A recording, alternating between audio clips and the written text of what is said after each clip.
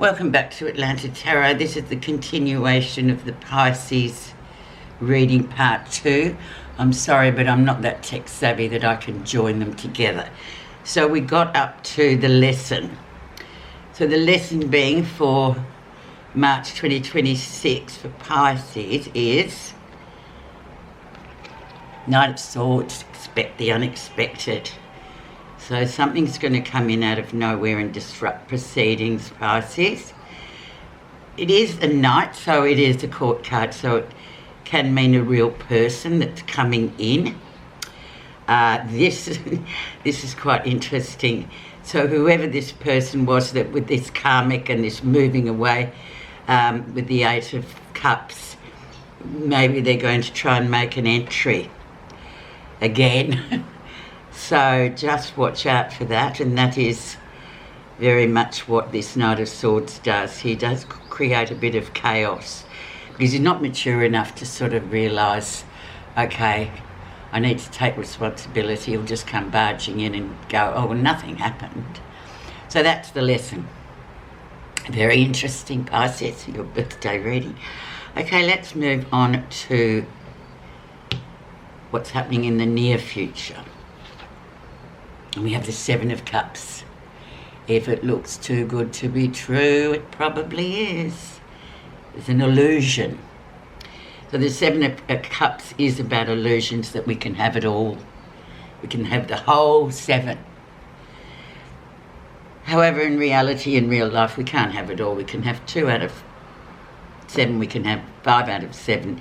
Not really 5, but 4 maybe. We can't have it all. And it's illusion to think that we can emotionally. So that says a lot, actually, I feel, with our emotions. Okay, look out for that. It's very interesting. Let's see what's happening that you're not realising, that's sort of tucked away, and usually the key to the reading. The Ten of Cups. So you're doing pretty well. Everything's really good with you, except for this sort of karmic business you've got with this person, or this, usually it's a person, a relationship you need to move away from. So you're doing pretty well, so don't worry too much about that. You're pretty much, the Pisces are very much straight up and down. They don't, pretend things, and they don't have short memories. They're pretty, it is what it is. So you're doing fine with the Ten of Cups. Everything is good there. Let's see what's happening that you're not realising. A Nine of Pentacles. So doing really well. Independent energies. Perhaps too you could look at the Nine of Pentacles. Sorry, I said Cups, Pentacles. And think, oh, that person's doing really well. They're really sorted and all that kind of business. So that's a nice thing.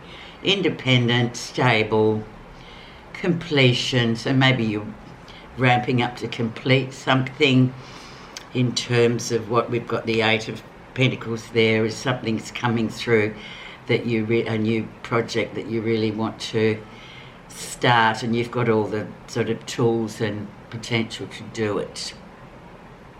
Nice. Positive feelings. Ace of Wands, brilliant card to get. Ace of Wands is all about energy in abundance. New beginnings with aces. Things going your way, things flowing, progress, action, rapid moving energy, actually. This also for some of the younger Pisceans, or can be fertility as well. And it's a positive thing, so that's another aspect of the Ace of Wands. Final outcome. Going with the flow with the Hanged Man, major card, major energy. Just to sort of look at life from a different angle. So says the Hanged Man.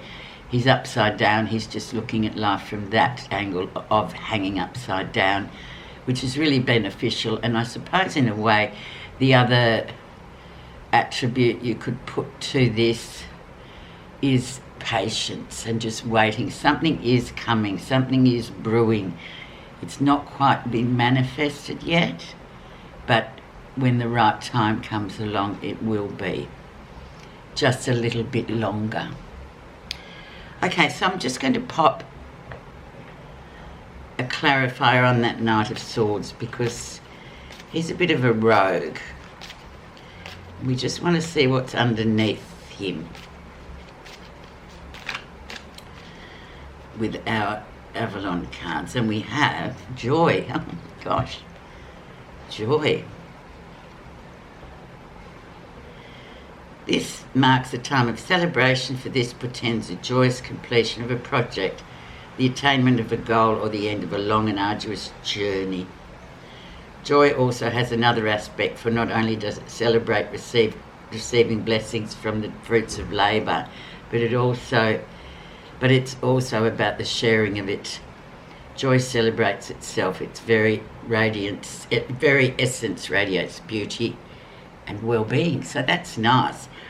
But I can't really see. I just think you make your mind up about that. But that's probably the best way and the best card to have for your birthday. But it also sort of cancels out this, doesn't it? Cancels out that roguish Knight of Swords. But still, expect the unexpected. Thanks so much for listening, Pisces. Have a great birthday month.